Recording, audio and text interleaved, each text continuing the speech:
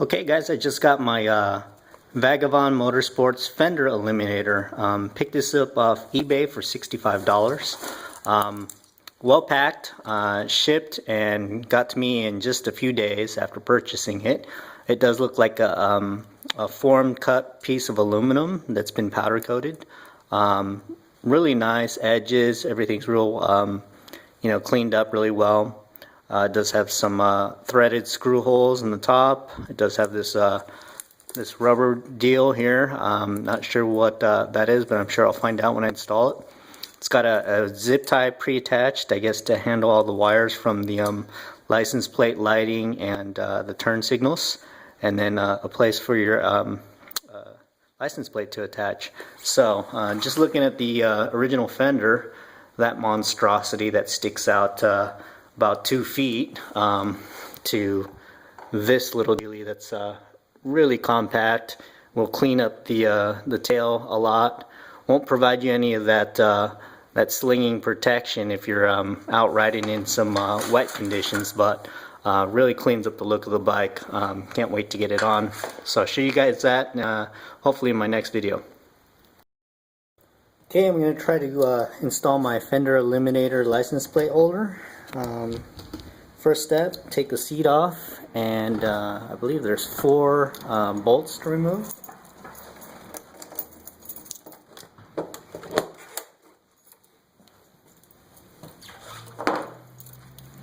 Okay, just slide you around here.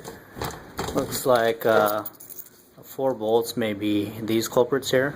2, 3, and 4 underneath the wire.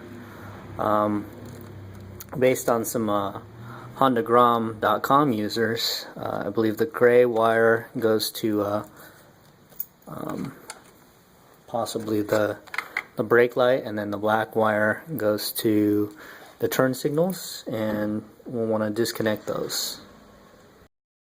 So you want to open up this white retainer clip that holds the wires, chase it back towards the front of the bike, and then there's a black housing cover that covers up the clip, and then you'll just undo that with your fingertips, hopefully. Yeah. So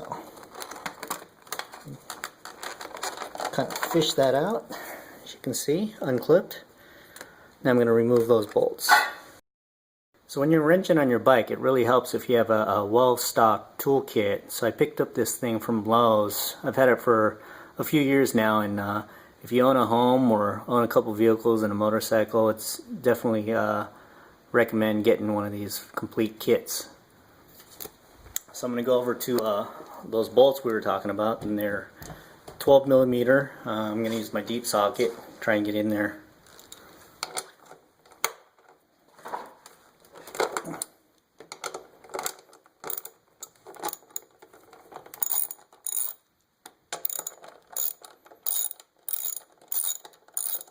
Get them finger loose, and then I can do everything by hand.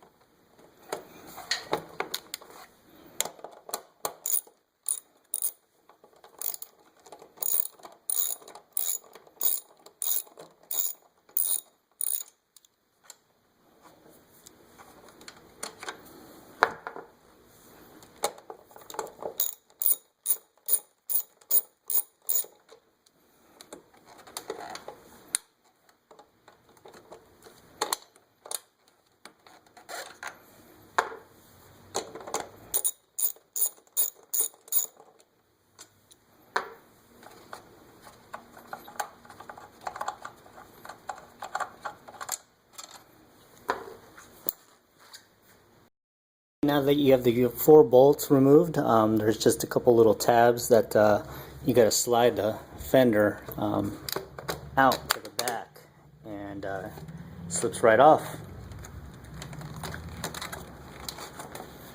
Let's see here. This monster. So you basically have to break down the entire rear fender to release your turn signals as well as your license plate illuminator. So we'll just do that.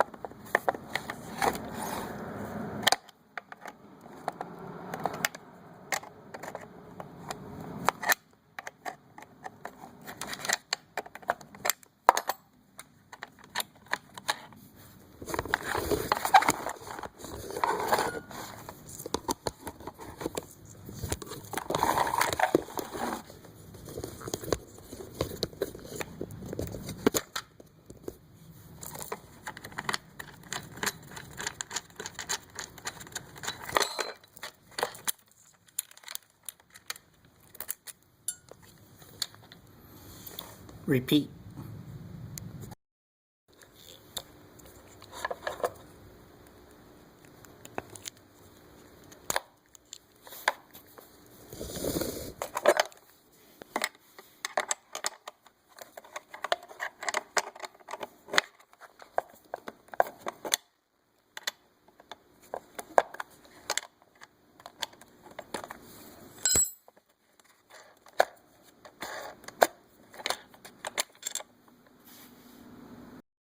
Focus my attention on the bracket itself, and I'm going to reinstall my turn signals before everything gets crazy. So just feed your wires through the hole.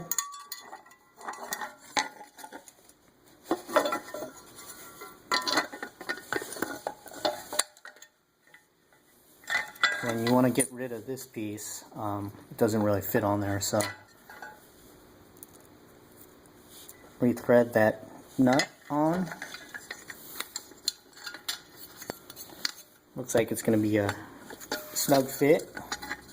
Once I get the other turn signal in there too, be really close to each other, button up. So.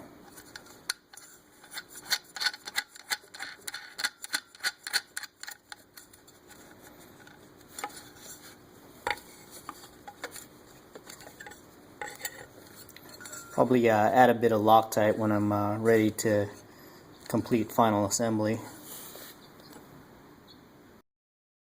Take that unnecessary piece off. Feed the wire through once again.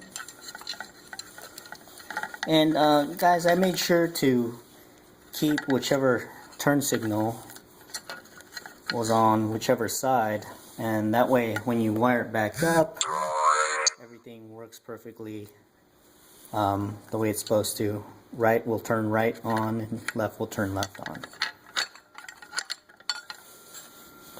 I'm going to add my Loctite blue.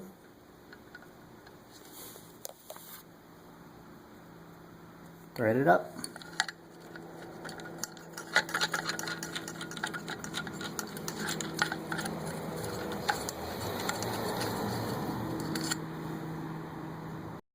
The license plate lamp off. Keep it California legal. 2 screws, there and there.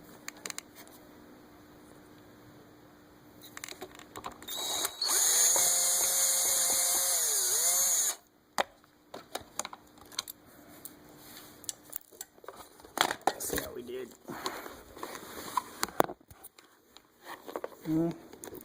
Still stuck somehow.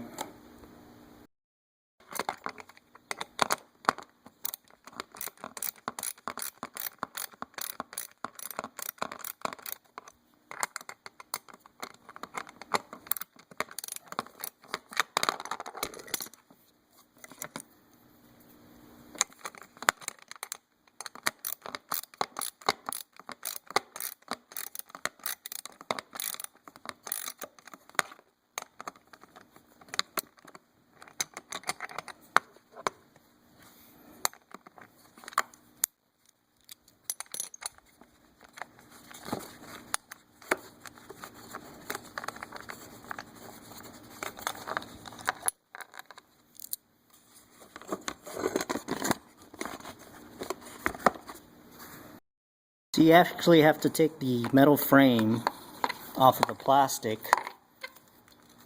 and then there's actually 2 more screws that we can get to here.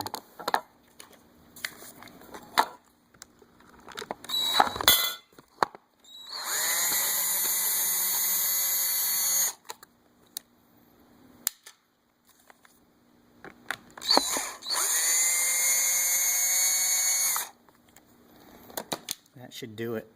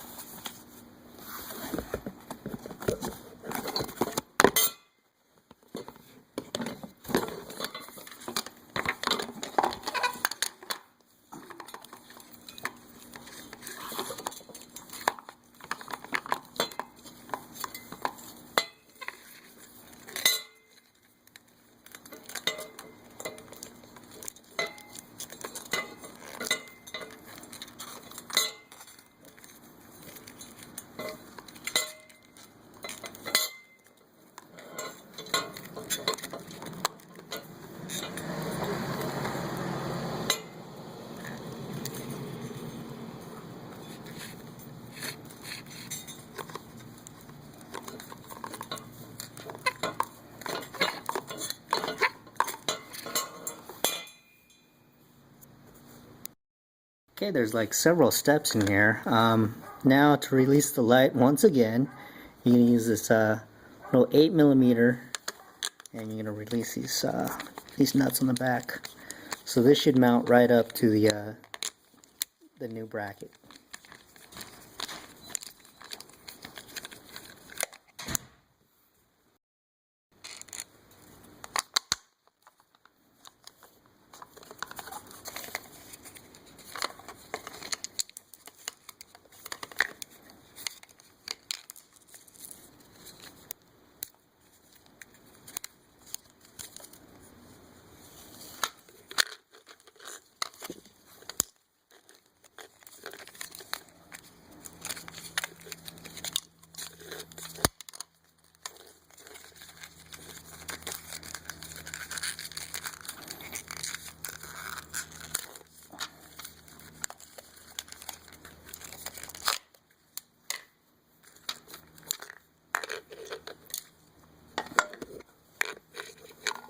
Move the operation inside just a little bit easier, sitting down, not on the garage floor. Just feed your cables through. Like to keep all the rubber connector covers intact, so fold them up and squish them through.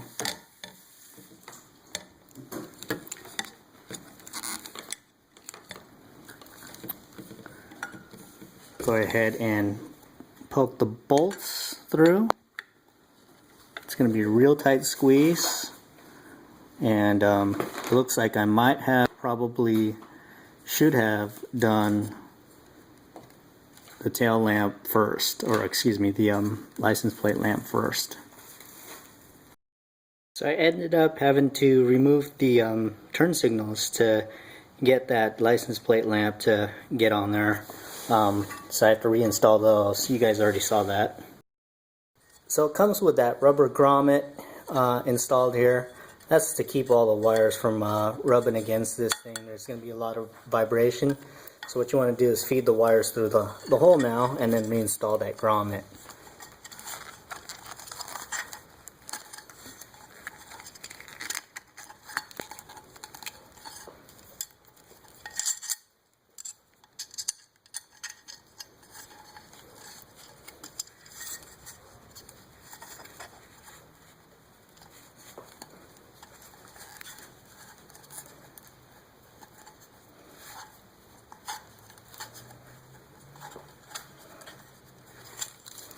So there's the reinstalled grommet.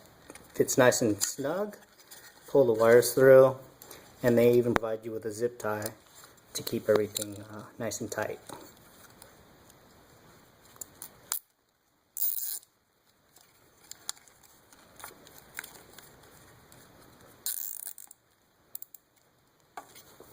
So I'll end up cutting off the excess here, and I'll proceed with installing this on the back of the bike.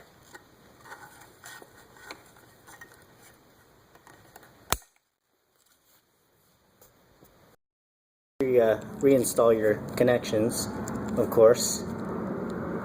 You could slide the housing back over.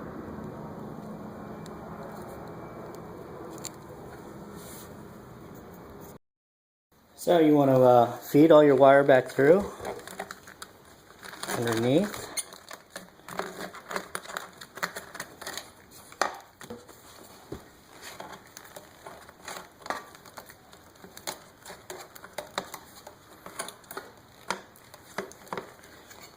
Nice and snug, and pre-install some of the bolts in the threaded portions of the bracket.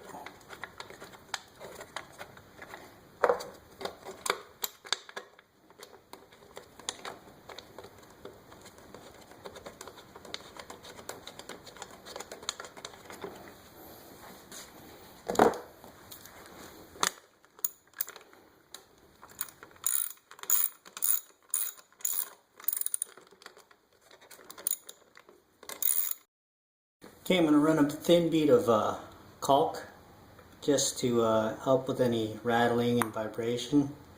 Add too much and it'll squeeze out, so that's it. Okay, you want to test it. Make sure your lights are working before you reinstall your seat. So I've got my lamp, my brake light works. Turn signals. Good to go. Here's the finished product, guys. Cleaned up the rear quite a bit. Very clean. Okay. Thanks for watching my long tutorial. Join me next time as I try to install these Kenda K761. They're kind of dual sport tires for the Honda Grom. So, a little bit more aggressive tread. I'm liking them.